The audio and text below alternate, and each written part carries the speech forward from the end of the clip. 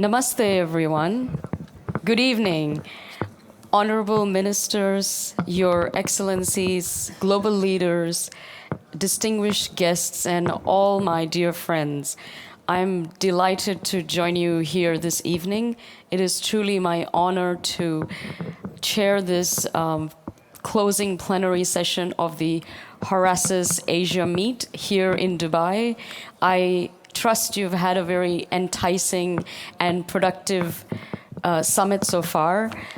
I actually want to take this opportunity to thank Dr. Frank Richter for putting on this incredible event. He always outdoes himself, and here in the please.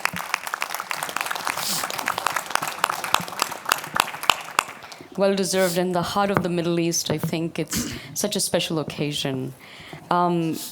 We have a very exciting session to, as a finale, as a perfect ending. So, and our topic for this session is navigating the complexities of change. So, as I reflect here on stage, it is evident that there is a irreversible shift happening in the global power structure in the world, the balance of powers. So as we bask in the sea of multipolarity, we understand that all of us have a stake in the kind of future that we want to manifest for ourselves and for the future generations. I have always said that the future belongs to Asia. This is the Asian century after all. And dare I say, the Middle East is going to play a pivotal role in this brave new world as well. The only constant is change.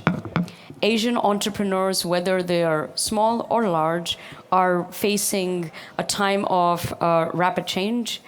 The global slowdown has modified inter-Asian trade, but so has the need for energy transition and the onset of AI-augmented decision-making. So as the demographics alter rapidly, what are the changes in regulations and attitudes that will engender business growth? I've keenly been listening to the summit today, and just a few takeaways to kind of round out the event. Some highlights for me personally. We have learned about supply chain restructuring. This is a real thing. Diversification to mitigate the risks. Fragmentation of the digital world, which is very interesting. Cyber warfare, which would destabilize supply chains entirely. And of course, without volatility, there is no innovation. And crisis also gives you opportunity to greatness. So, to discuss all of this, I have the honor of having the most esteemed panel, and I would like to now introduce them to you all. I'm just going to quickly give you a brief bio, and then we'll go to each guest and ask some specific questions. First, I have Mr. Royston Braganza, Chief Executive Officer of Grameen Capital, India. Mr. Braganza is CEO of Grameen Impact, a part of the Nobel Peace Prize winning Grameen family. He serves on the board of the Indian Microfinance Association, Sadhan, whose members today serve 70 million women borrowers. He is regarded as a global expert on impact investing and sustainable finance, and serves on multiple task forces of the G20 under both India as well as Brazil's G20 presidencies. Next, we have Mr. Shan, Chairman, Silk Road Finance Corporation from China. He is also the CEO of China Stone Capital. He was the Chief International Business Advisor of China Development Bank and CEO of Bank of China International Holdings. He is also the co-founder of saofun.com, which is a leading real estate portal listed on the New York Stock Exchange. Next, we have Mr. Nasser Munjee, Chairman, Tata Motor Finance from India. Mr. Munjee is presently a director on various boards, as well as the chairman of Tata Motor Finance. He is also the chairman of the Aga Khan Development Network Institutions in India. He has served as the president of the Bombay Chamber of Commerce and Industry, and has been on several government task forces on housing and urban development. We have Mr. Nguyen Huan, chairman of Halcom, Vietnam. Mr. Huan is currently a delegate of the 15th National Assembly of Vietnam, member of National Assembly Committee on Science, Technology, and the Environment. And he has a very unique business philosophy. Profits should not be pursued by all means. Business is sustainable only once all parties get benefits. So more on that.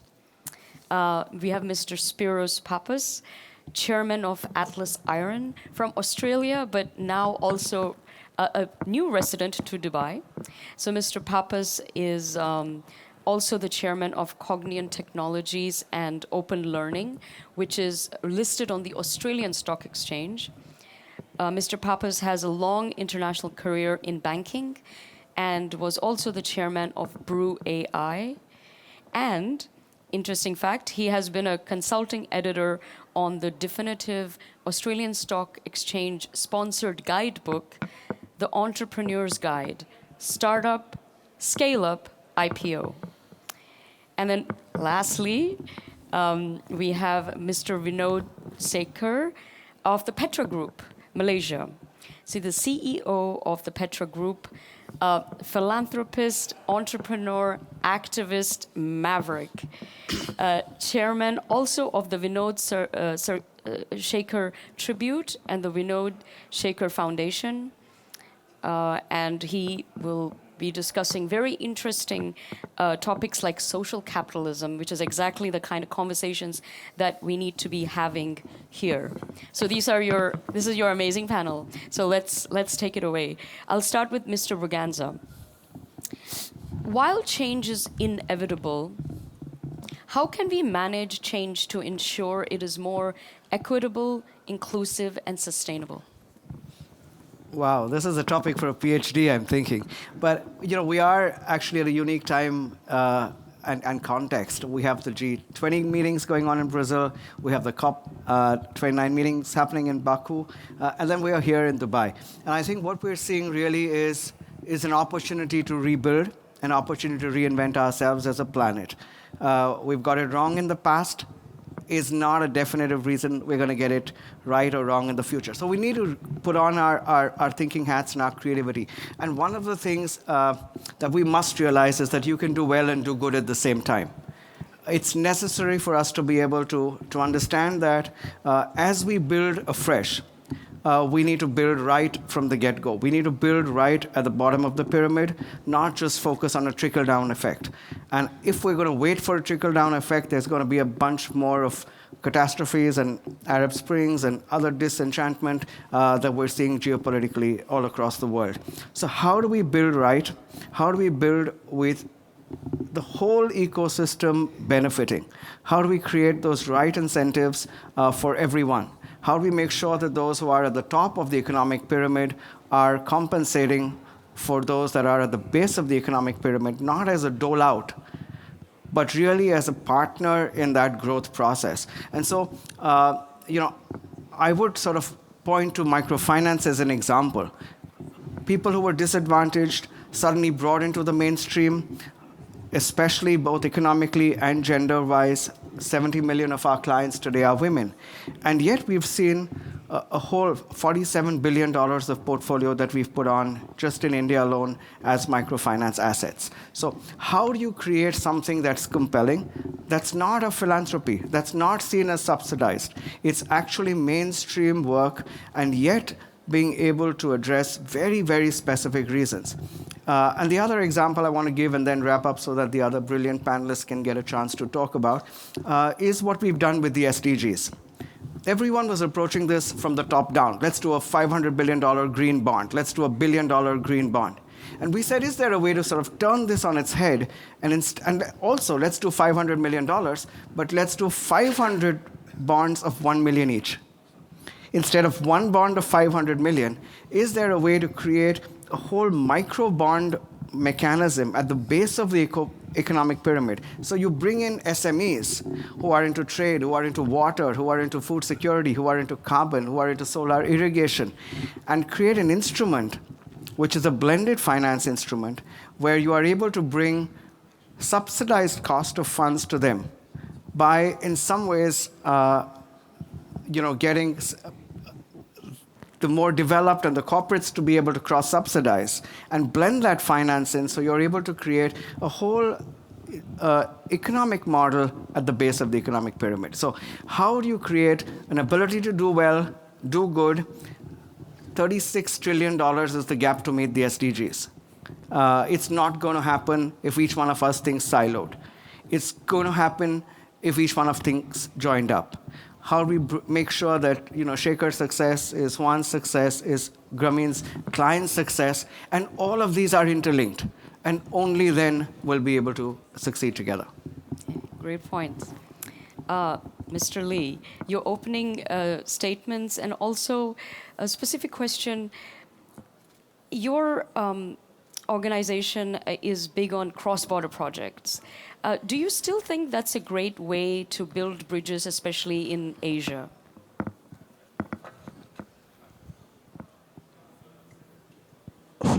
Hear me, right?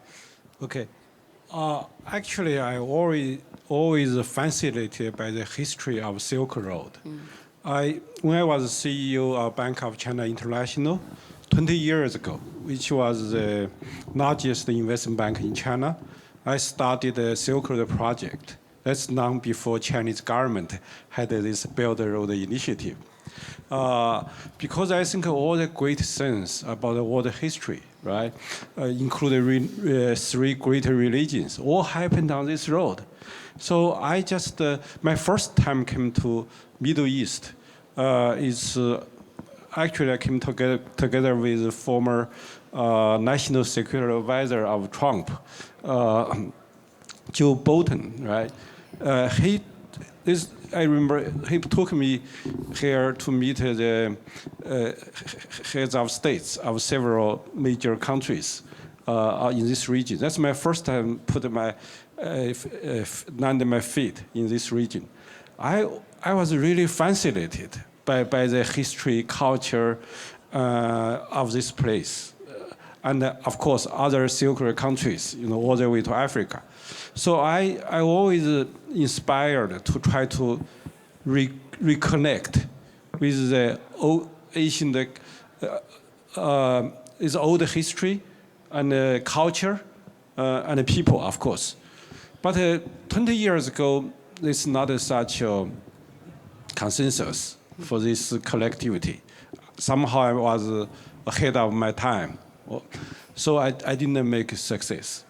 So when President Xi came to power, he started this called Belt and Road Initiative. So I immediately saw this is an opportunity for me to implement my original plan.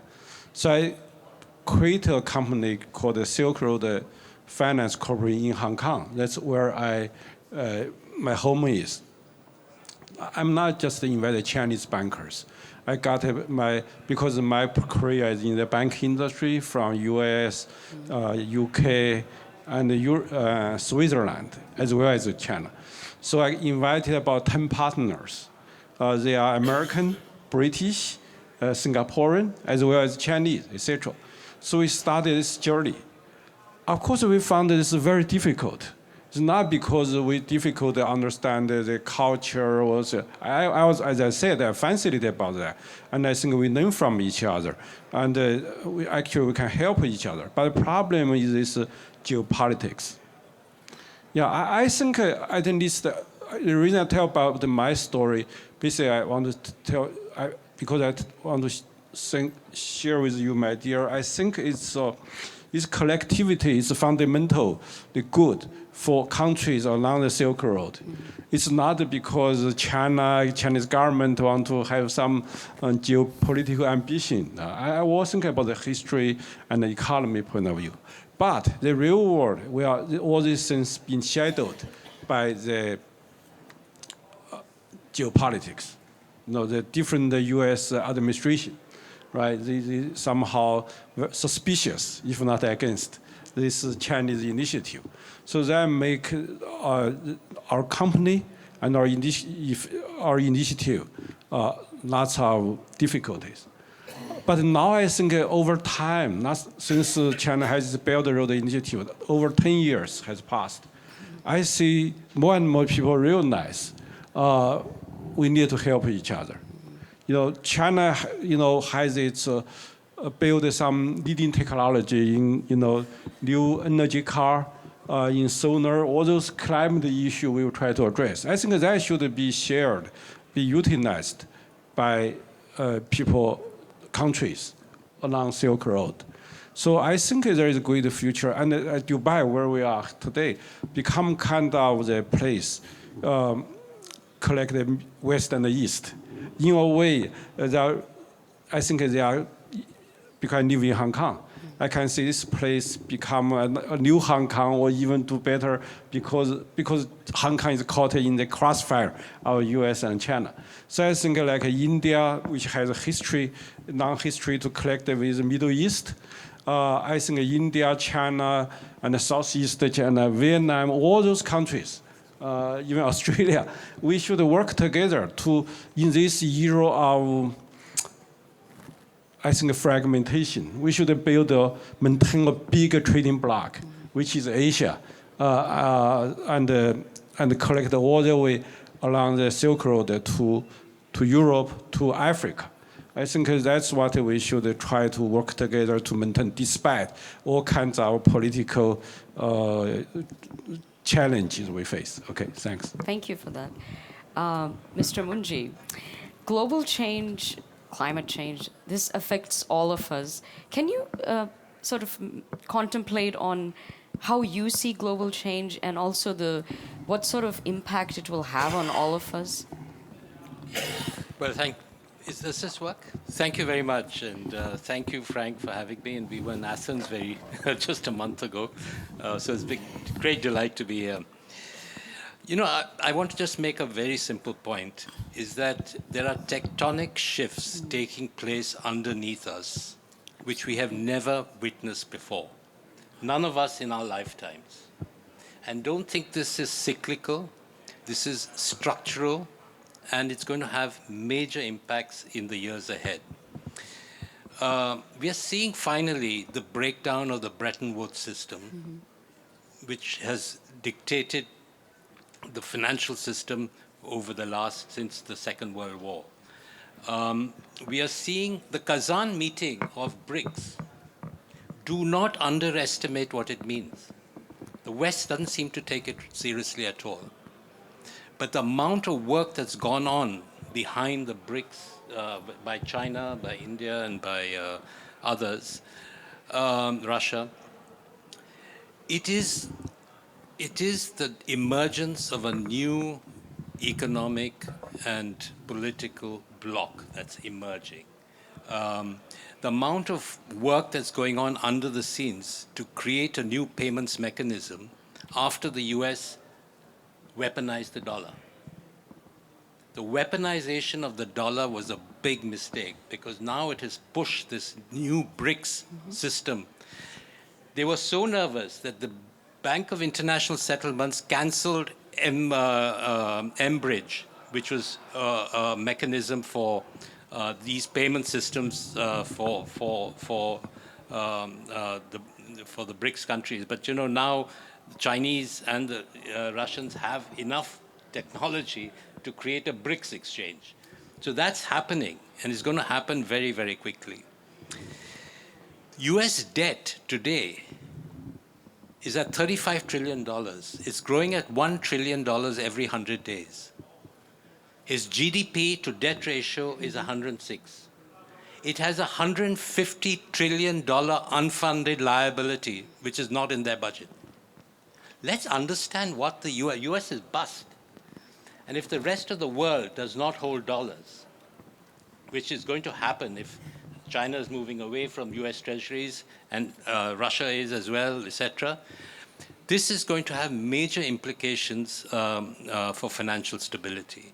So I think financial stability is another, well, financial instability is a real possibility in the very short run because the system cannot sustain this. We have 2 wars in progress, which sees no end. We have climate change on top of this. And we have economies that are unwinding. The UK is unwinding, Germany is unwinding, France, Italy, Japan, and it'll be soon the US. We have an unwinding system in the world. The people who seem to be doing well is Asia and the BRICS.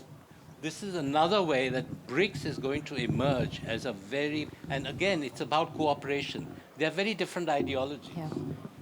But we're putting ideology aside and saying, how do we all work together to create an alternative to what we've known so far? So these are some of the points I just wanted to put on the table, that things are changing so rapidly and so many things are changing at the same time that how you manage within this system is going to be very difficult. So I just want to leave you with a thought that Tom Peters once said, the future has already happened. Mm-hmm. Okay? It's your ability to read the tea leaves that's important. And how many companies today have the wherewithal to read the tea leaves? Or even countries? So I think this technique is going to be an extremely important for companies, nations, etc. Predictive analytics, extremely important as we move forward, because predicting the future is going to be a very, very keen thing. So let me stop there.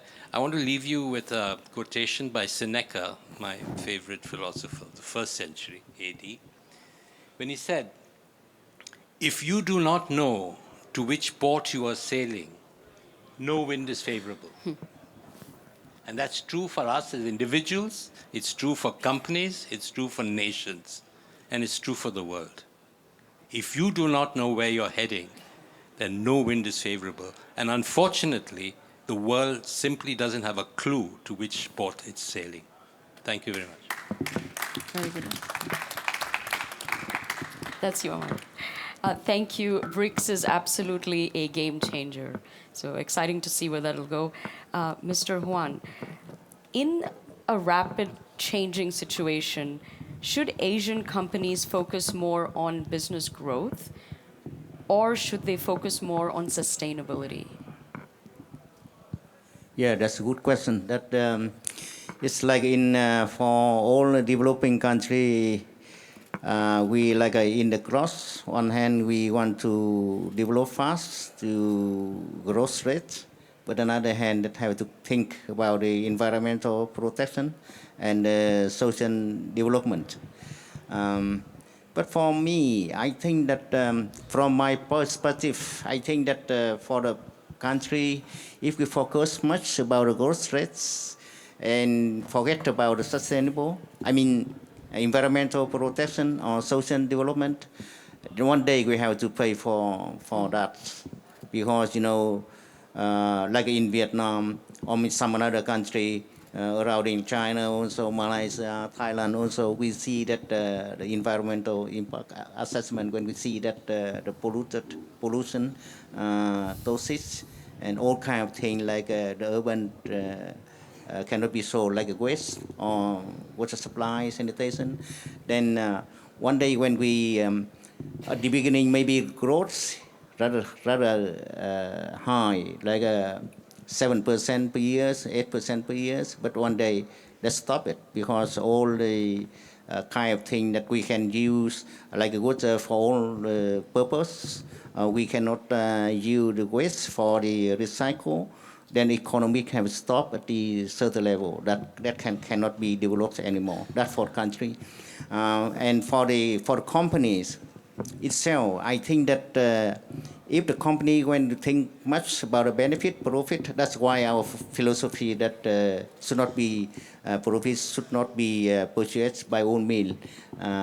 Because if we just think about our profit, the company profits, don't think about the benefit of the partners, communities, and society, and maybe no one want to work with us. And the company, when maybe you can produce then products, but you don't think about the society, you don't think about responsibility, and the people, the customer, maybe they don't want to buy it. And then the partner, especially the international, on either from the developed country or from the surrounding, they're afraid to work with some company, just think about themselves.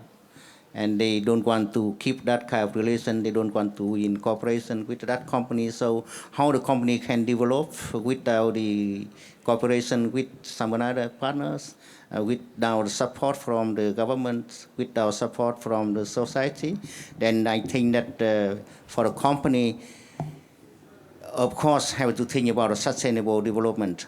Is it not in the short term? Maybe in the future they will think, but just focus on the short term. Maybe the company also have to pay for the long future. But of course, you know, like Roy mentioned at the beginning, in the developing country, the medium and the small companies rather hard to approach for the capital. That the micro financial should be applied for that. Otherwise, the company just think about how to get the money, how to get the profits, and they can easily forget all kind of thing. They cannot think about the long run. If in the future, in the short term, they cannot alive. So that kind of thing you have to think how to support the company, the medium, especially for medium and small size. But on the other hand, we have to make like a campaigns of the EIC, make the increase their capacity, but also the knowledge about the sustainable development. And forget, we don't worry about the, of course, now some companies, some big country, they decide to withdraw from some commitment before, like Tokyo, like Paris, and in why the climate change still happen. But many people, they don't believe that climate change. They don't believe about some future thing. They just focus on their rise of the country at the moment. But for another country, from my point of view, we don't focus on that. Like some people said that we have to think that what we want to get it ahead, then we can get it in the future. But if we fluctuate, we change the idea. Today we follow that idea, another day we follow another trend, then the company maybe can mess up. That's from my point of view. So keep sustainable development, that straightforward.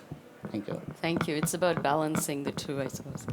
Mr. Pappas, do you think our learning institutions are adequately preparing us for the rapidly evolving environment that we are currently experiencing? Short answer? No. Okay, so that's the short answer. And firstly, Frank, thank you for the invitation. Very much appreciated. And thank you everybody for joining us in the late afternoon shift. This is a very personal thing for me because we're an expat family. My daughters are now 25 and 23. They were born in London. They had all their formative years of education in a very, very progressive IB school called South Bank in London. No uniforms, real unit of inquiry-based learning, very progressive type of learning, very active type of learning. Then we moved post-global financial crisis to Australia, and they fell into a system that felt to them completely foreign and also very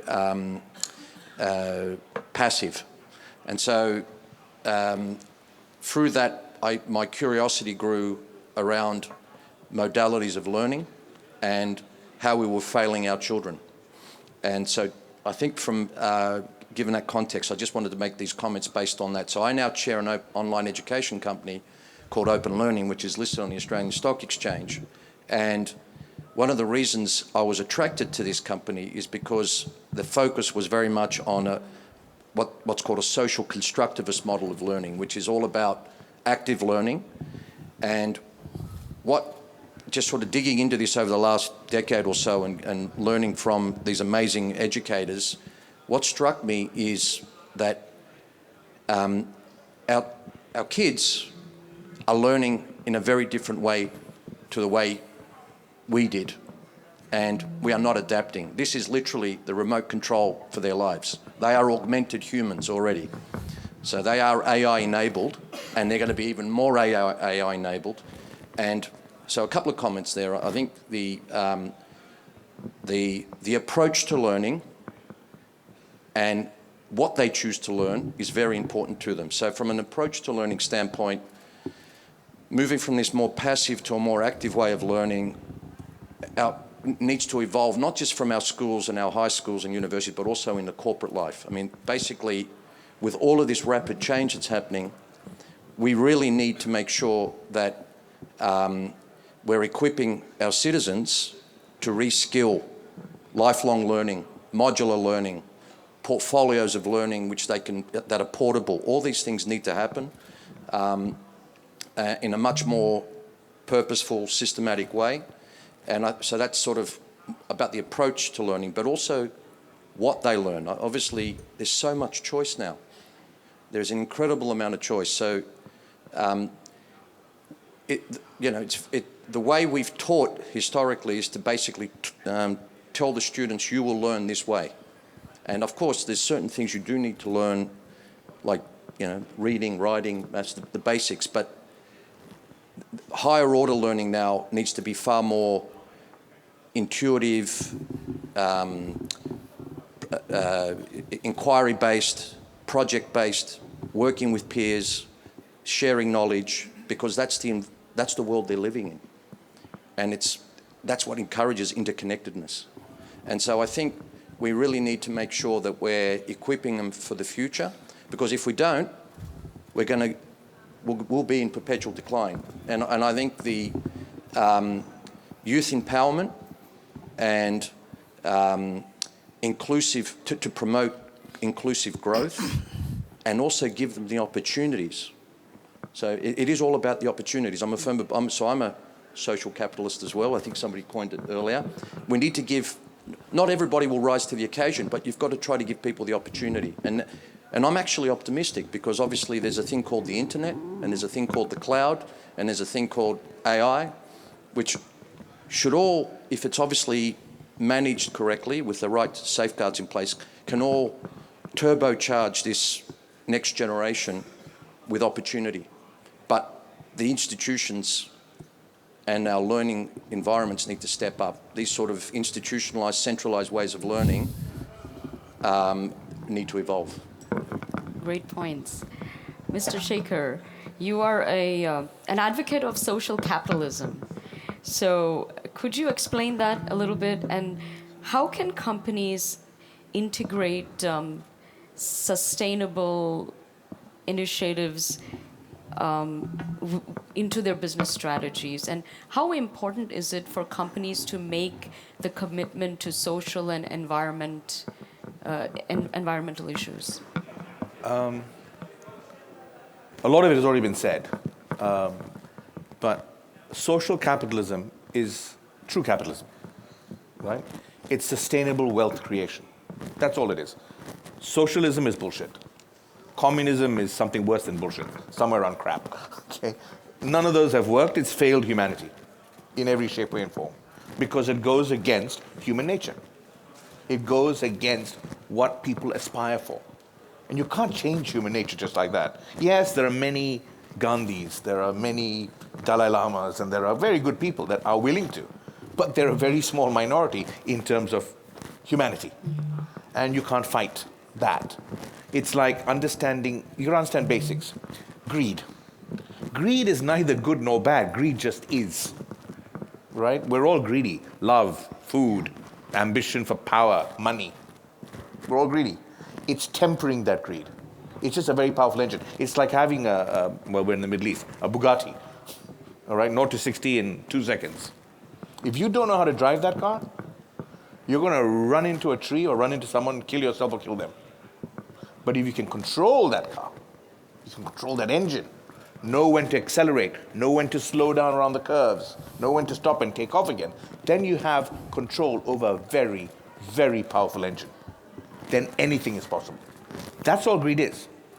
So now can we teach people to temper greed, to control that and use it? Then everything becomes possible. Because we live in a crazy world. It's nuts. Think about it. We have simultaneous epidemics of starvation and obesity. Sometimes in the same city. Bombay. Anywhere you look around. Ridiculous wealth and overeating and kids with bloated tummies right outside. We've become jaded by it. We've just accepted it. We're smart people, or are we just idiots? These are not logical things. This is just stupid. And you know why I say stupid? Because there's a market out there. As I was explaining earlier, I make money out of selling you a product, you a service. How do I make more money? I need more of you. Which means I have to play a role in lifting people out of poverty into the middle class. It's because I want your money, but I need you to have it before I can take it from you. It's just logical. It's just logical. Now, if we can all think that way and find simple solutions, we make lots of money. And I need the community I operate in to be healthy. I need the ecosystem to thrive. I make more money. It's selfish, but it works. It's sustainable. It creates wealth. And you allow for human nature's aspirations to carry on. Like I mentioned earlier, I am not a hypocrite. Yes, we give a lot of money away. My company, most of my company is given away to charity, to our foundation, right? But I still need to make money, otherwise there's no point having a foundation. So I still need to be a hardcore capitalist. What I do with the profit, that's up to me. I can give all of it away, which that's fine. But I need to make money. And again, it's not about giving up stuff. Like I told you, I'm not a hypocrite. I have a super yacht. I like my fast cars. I travel in private jets. I enjoy myself. But again, if I'm smart enough to do all that, surely I'm smart enough to lift the people around me with me, the community around me with me. Surely I'm smart enough to fix problems. Because I think business people, men and women, are the smartest people in the room. You see, we take companies that are struggling and we'll fix it. We'll do the PR around it. We'll get accountants around it. We'll fix it. We'll push it forward. That's what we do every day. I'm sure Mr. Munjee did it with Tata. I mean, it's what we have to do. Struggling companies figure out how to fix it. It's like a dying duck. I've got a dying duck. Now, we business people, we have the best accountants in the world. They'll look at the dying duck and we will build new bones, new arteries, pump new blood through it. We have the best lawyers in the world. They'll look at it and sign a document that says, this formerly dying duck is now alive and well. And then we have the best PR and comms people around that will tell the world, this formerly dying duck is not just alive and well, it's laying bloody golden eggs. Now, if you could take a small percentage of that ingenuity and used it to fix a societal problem, imagine what's possible. So the days of us, business leaders, saying that we're not involved in societal development is gone. Well, that's what government is for. That's what we pay taxes for. That's gone. We make money off society. We make money off people. If we want to make more money, we better get involved and fix their problems. If we want to keep making money. If we want society to be all right. This goes from small to large. And it becomes, for business leaders and political leaders, a key of not playing checkers anymore, but playing chess. Mostly, If you look at political leaders, they play checkers. It's what's immediately in front of them, whether because it's a political demographic, an election, people's view, that moment. And they never think about the whole board. Chess is about the whole board. I may have to sacrifice a pawn. I may have to sacrifice a bishop or a knight. But I need to win the whole board.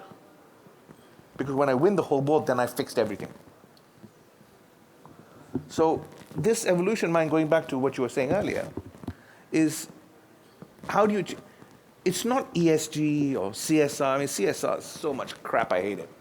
All right? I mean, CSR is just a box-ticking exercise. Oh, I've got 1,000 trees. I'm going to plant it over there. And, I've done my bit. That's crap. It's nonsense. And slowly, what's SDG, this ESG. ESG. I can't even remember. I can't keep up with the acronyms that come up. Okay. It's just going to be the same damn thing. Right? Because what are we going to do with it? We need to change what's in the blood of people. It needs to start at a younger age. It needs to start in schools. It needs to go to college. Education. Mm-hmm. We need to change the mindset of people. Right? We need to change the mindset of analysts. When analysts decide what the PE ratio of a company should be. Just because it's sexy, let's do it 10,000 to 1. Right? I mean, it's nonsense, right? We all know this. We all know the PE ratios of companies are crap. You know, it's whatever we want it to be, whatever we can spin it as. So we need to, that's where the evolution needs to be. And when that happens, we can be rich, we can be strong, we can be united, and there doesn't have to be starvation. There will always be poor people.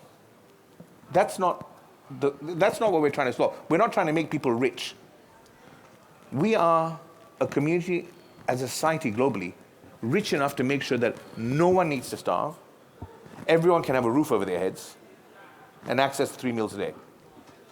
Or 2, whatever is the healthy version of it now. We are. And it does not impact us being wealthy and strong and having a Ferrari or having a big house. It doesn't. But we have to think about it. And we have to care enough. So in India, to my Indian friends, I'll say there's a problem. We've become too jaded. Right? You go to Bombay, you'll have, you know, a speaker, whether it's Shah Rukh Khan's or someone's, you know, some superstar or billionaire has a huge house. And right outside, there will literally be a tent or something with babies with bloated tummies. And a big Bentley will drive out and not even notice and just drive through. Just in that area that they live in. That's how jaded we've become. And that's what has to change. We need to change those things. Because if we care just about our area, then things get fixed. I don't need people to worry about changing the world. Just change your own damn street. Start there, then things happen. If everyone did something, things happen. So social capitalism is about sustainable wealth creation. It's about not being a hypocrite, but saying we're all smart enough to fix problems. We all should give a little bit to fix a problem. How much is up to you? It's not about money, it might be time. And even then, it's not how much time, some. Just think about it. If everyone just did something, anything, just something, think about what the world becomes and the message sends. Right. We should all aim to be social capitalists. Good. I think we'll start wrapping up. Maybe I'll get closing statements, but within your closing thoughts, you can include some views on, I think, how people from this region can extend, peace to each other, and how can we all come together. But I want to start with you, Mr. Braganza. Grameen has won a Nobel Prize for Peace. And if there's one crying need that eclipses all others at the present time, it is the one for peace. How do you think we can give peace not just a chance, but a real shot at success? By keeping Vinod and me on the furthest ends of the spectrum. That's a definite way to get peace. But, you mentioned we are in this region, and Let me just use the word Dubai as an acronym and try and give it a shot of these 5 elements that we can put together to truly create a world of peace. Grameen won the Nobel Prize for Peace itself is quite interesting. That it was not a Nobel Prize for economics. It was a bank. It was doing loans. So, just the common sense view would have been give them a Nobel Prize for economics. And yet, this was something which was bringing people out of poverty. This was creating lesser target audience for the flesh trade or for terrorism or for drugs or for any other social evil that was going to destroy peace. And so the Nobel Committee in its wisdom did that. And I'm saying we're looking at the problem today, and I liked what Vinod is saying. He's a good friend for the last 24 minutes. But the fact is, the fact is that we have Grameen Danone, which is looking at malnourishment. Grameen Adidas is looking at people going barefoot in floods. Grameen Veolia, which is looking at water which is contaminated with arsenic. So he's absolutely right. Create business solutions to fix social problems? Can we create and do our own peace? And so I'm going to use these 5 letters of the word Dubai. The first is to democratize the benefit. I think too long the benefit has remained on top of the pyramid, and that needs to reach to the bottom of the pyramid. How do we create incentive structures that are able to cross-subsidize and to really incentivize across the value chain? Nasser talked about tectonic shifts. And the challenge we're having is a tectonic shift simultaneously with a seismic shift. So it's dramatic and it's instant. It's not going to be a problem way out there. It's going to be a problem today. It's going to be a problem tomorrow. So we need to be able to create democratization of incentives to bring everyone into the tent. The second is the ubiquity of technology. I think my friend from Australia talked about education. And today AI and blockchain is so incredibly powerful that the young people are passionate about tomorrow, are passionate about creating a better world. How do we unleash the power of young people to be job givers and not job seekers, creating really a truly empowered world using the ubiquity of technology. B comes from blended finance. I think the world that I belong to, I chair the Indian Impact Investing Network and the G7 Task Force on Impact. And we're seeing the ability to bring different pools of capital. I know he doesn't like CSR, but imagine if CSR, instead of giving a grant, was able to use that as a catalytic guarantee, so that you could then crowd in new pools of capital. You could bring philanthropic capital, you could bring private capital, you could bring private wealth, you could bring pension funds, you could bring different pools of risk capital by providing a risk mitigation of different natures by blending those pools of capital. And that's a huge topic for another day.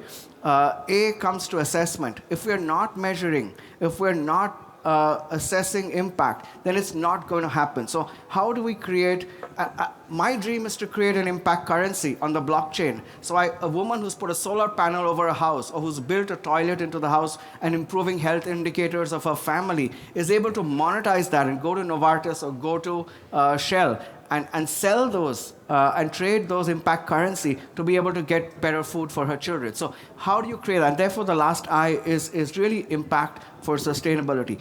Creating a whole new impact ecosystem. And you mentioned that as well, Sekhar. How do you create that ecosystem where everyone's plugged into it? How do you build a social stock exchange? How do you create somewhere where you can trade where we're not going by what capitalism or socialism is talking about, but a whole new worldview, and that's what Horasis is, creating a global visions community, and that's what I'm excited about. Great, very, very inspiring. Pitch for Mr. Lee. Dubai, sorry. Absolutely. Great acronym, by the way. Thank you. Mr. Lee, your closing thoughts on how people can come together and build bridges. Yeah, actually, I learned from the discussion of my peer panelists. I think I really like the idea of this social capitalism.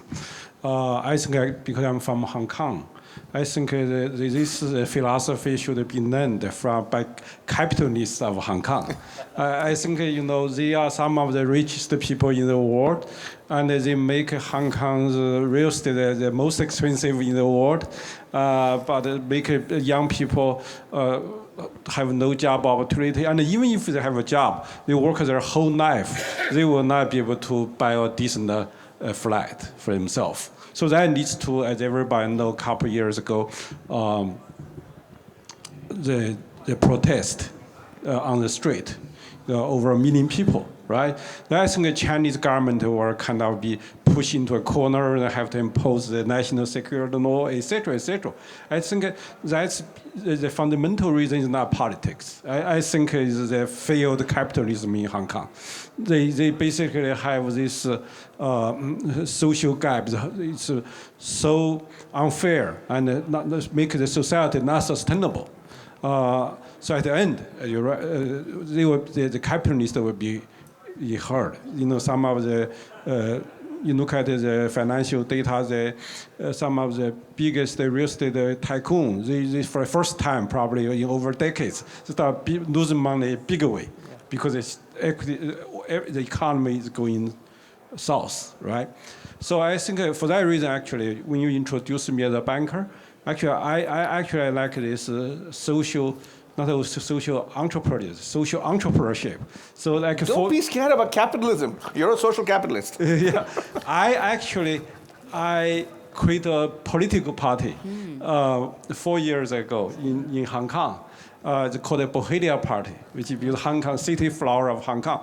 Our philosophy is want to give true democracy to people, raise their living standard, and everybody should deserve a decent life. So I fully share with this, and I'm inspired by your speech. Actually, I think I should go back to Hong Kong to tell them how to create a harmonious society by making the rich people richer and the poor people have a decent life. Yes. Thanks. Great point. Mr. Munjee, your thoughts, and also speak a little bit about India is turning out to, you know, be the voice of the global South in many ways. What role do you think India can play in this region and beyond as well, building bridges, sort of trying to, you know, I think we're in a world where the West is disappointing us, and I think there is such a void for a global leader, and I think India is rightfully poised for that. So yeah. Yeah, interesting. Thank you, Vinod. I enjoyed your.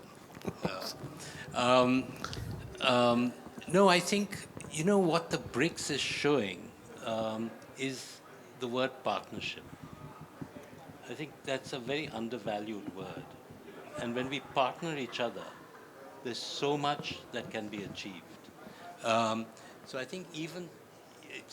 You know, I don't think it's India leading so much as India participating in strong partnerships, actually defining those partnerships and working towards making those partnerships a success. I think that's really what it's all about. Also the issue of caring and leadership. You look around the world today, where is leadership? And where is the word caring? Who cares anymore about people?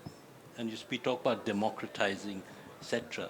But who cares at the end of the day? Unless you have leadership and caring, how do we get there? Now, you have leadership and caring, and therefore you're doing what you're doing. But it needs that. It needs that in political circles as well.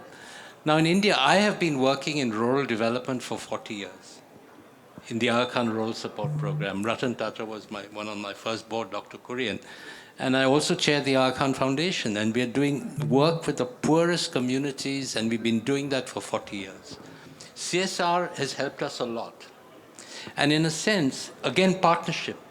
It's where corporates can partner with civil society. The trouble is, India does not support civil society as much as it should. Again, that partnership is very critical. You know, there's a saying by Sheikh Mohammed here in Dubai, which I love. He says, the future belongs to those who can imagine it, design it, and execute it. Full stop, 3 words. How many people do that, right? How much is this done? And I think these are the sort of very simple things that we need to be doing. But again, it comes down to leadership.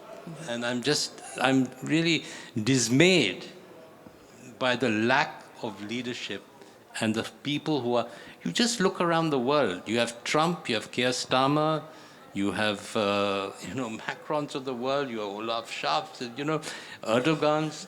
Where is the leadership?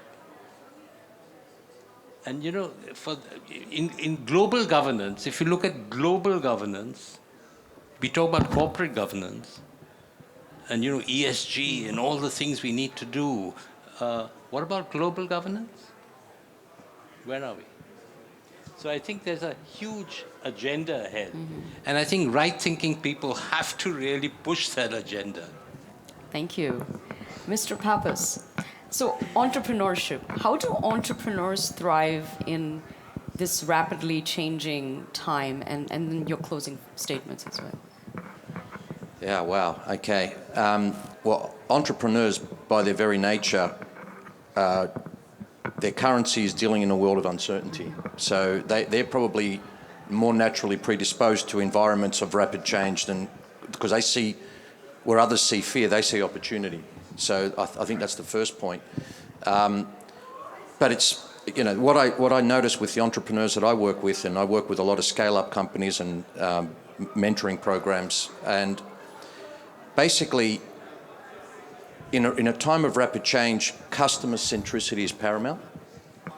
And that's not a glib statement, that's just an essential statement. You really need to know your customer and your audience really well. That's number one. Number two, product market fit. Once you've, and that's an evolving and adaptive challenge, because once you've identified who your customer is or who you think your customer is, you then have to think about what need you're trying to fulfill, or what unidentified need you think the customer has that you're wanting to fulfill. It's not an easy thing.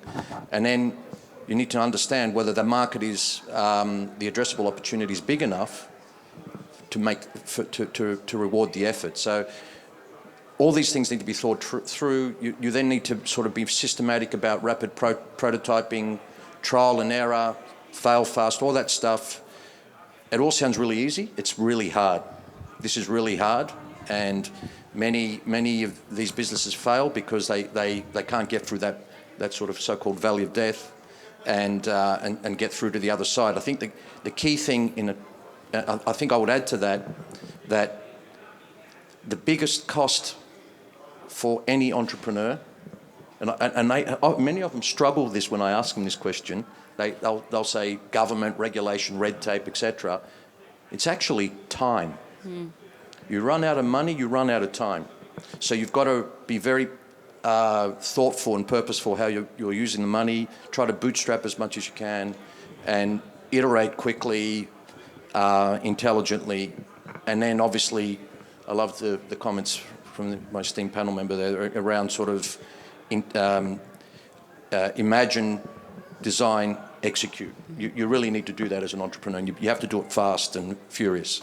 So that's the first bit of your question. I think just such a privilege to be on a panel with so many inspiring individuals with so many different perspectives and cultures. And it's a wonder. It's a testament to Frank to bring people together like this. I think success leaves clues. That would be my observation, and I think that sort of picks up on what others have said. I love your Dubai acronym. Thank you. And if you look at Dubai as a case in point, it's been a phenomenal success story. Of leadership from the top with a very clear vision and a long-term vision and the follow-through. And everybody, the business people, the community, everybody in the community understands they will follow through. Maybe to the point where, it feels uncomfortable. If you're under scrutiny, it'll feel uncomfortable. So that sort of holding people to account. I think the other comment I'd make is, and it's just picking up on other people's comments, is, and I think my esteemed panel member here talked about the social capitalism, and he articulated it beautifully. I think the only thing I would add to that is, as business leaders, I agree, we need to step up and be more, and I commend you for what you're doing. But I would also add, particularly in the Western world, this sort of short-term obsession with quarterly reporting cycles, it's just a recipe for short-term thinking. It becomes a self-fulfilling thing. It's not what we need right now.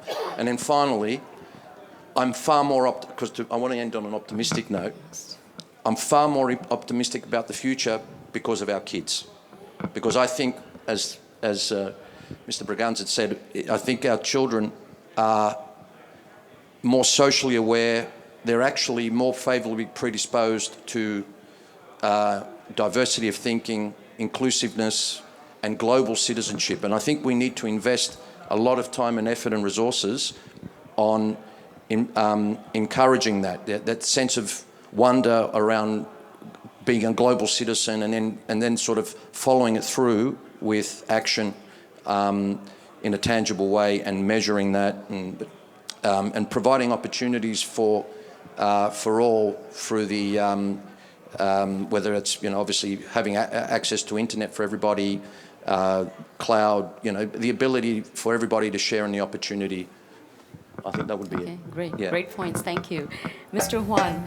Your final observations, and also, are you feeling positive for Asia at large, and maybe specifically for Vietnam moving forward? Yeah, I think that our subject is that global rapid change. Then how to deal with that? I think that despite the perspectives different, despite the culture difference, despite the economic, political, country difference, I think that to fix problems, to handle the change, I think that it must be in good cooperations between the country and country, between the companies, and between the community and communities. I don't try to diversify to some many discriminates between these people groups, another group, but I think that like in Vietnam, we open for everybody. We don't care about the politics perspective of the country. We want to be the friend with all kind to be friends with us. Then we open to do the economy, we do business. And now the many people say that in Vietnam, economy is blooming. I don't know if it's really blooming or not, but some people surrounding say that. Then I think that's a good chance for everybody come, especially for Arab, for Gulf countries come to do business in Vietnam. Because when the develop fast, we need many kind of things like infrastructure, like technologies, like a fund, like a management skill, all kind of things. But the people come there, do there, and get benefit back from Vietnam. Thank you. Okay, wonderful, thank you. And Mr. Sekhar, final views, and how do we solve all the problems in the world? Take it away. Can I make some money off it? No. Okay. How can I put this? Firstly, I'm not against CSR. I think the concept's brilliant. It's just that we take it and we use it, and then it just becomes flawed. And the same thing keeps happening. And that's why we have to change it from the lifeblood of individuals. Education, in whatever form, we need to make them believe this is what they are. It shouldn't be a box-ticking exercise. It should be what they are. This is what they do as a company. This is what they do as employees, as colleagues. I think that's my point from that perspective. But how do we fix the world? Well, make me emperor and put aside the democracy crap. But no, the bottom line is, listen, the world, quite frankly, we're scared right now. We're scared of wars. We're scared of AI. We're scared of the, climate change. And we're scared of the unknown. Mm-hmm. There is so much unknown, right? And that's what keeps scared. But there is no need to be. Everything evolves. AI is an evolution. We were once scared of the computer. That's going to cause us losses of jobs. That's going to take over the world. We were scared of the internet. That's going to do this and that and everything else. Remember Y2K? The world's going to come to an end, 1999 to 2000. Everything evolves. AI is an evolution. It was bound to happen. What will AI become? I don't know. Will it eventually become another form of artificial life? Who knows? But humanity will evolve as well. It's inevitable. So why are we worried about the inevitable when we have enough to worry about now and deal with now and use these things as a tool to benefit us and take control? AI is there as a tool. A tool never controls you. You control the tool. You direct the tool. And that's what it is now. Don't worry about what's going to become. Focus on what it is now and use it. AI has a tremendous opportunity for education, for business trajectory, for almost every aspect of life. It's how you use it. And this is one mistake we've made historically. We've misused innovation. Now maybe we can use it. And that messaging, like you've suggested, sir, in Hong Kong, is the messaging is to say, listen, you can actually make a difference and be rich as shit. You can make lots of money.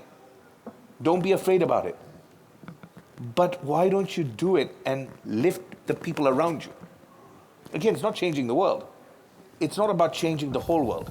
It's changing what's around you. If you can impact what's around you and everyone else impact what's around them, then the world changes. So maybe my job is to convince him to impact the area of Hanoi around him, the people in Hanoi around him, and you, the people around in California around you. That's beyond repair. But Well, who knows? But Munjee, I mean, I am the way I am now because of his friend. My mentor was Ratan Tata. And 30 years ago, I was this young, actually, Frank Richter made me this global leader of tomorrow and this new Asian leader in the World Economic Forum in Davos, right? So he's responsible for all this. He made me that. But then Ratan Tata changed my mindset as to what it is to be successful and do good. And how he loved his planes, you know that. He loved his cars. It's not a question of giving up one or sacrificing. It's about doing something. And I would say my message would be this simple. Do something. Anything. It doesn't matter what. If you don't have time but you have a bit of money, give a bit of money. But give it to something you believe in, that you can follow up on and you can check on. Don't be the current CSR model. Oh, yeah, here's a check, just donate it to that thing. Be involved, even if it's a tiny little thing. And if everyone did that, and every business leader committed to doing a little bit, which we all can. This crap about us being too busy is nonsense.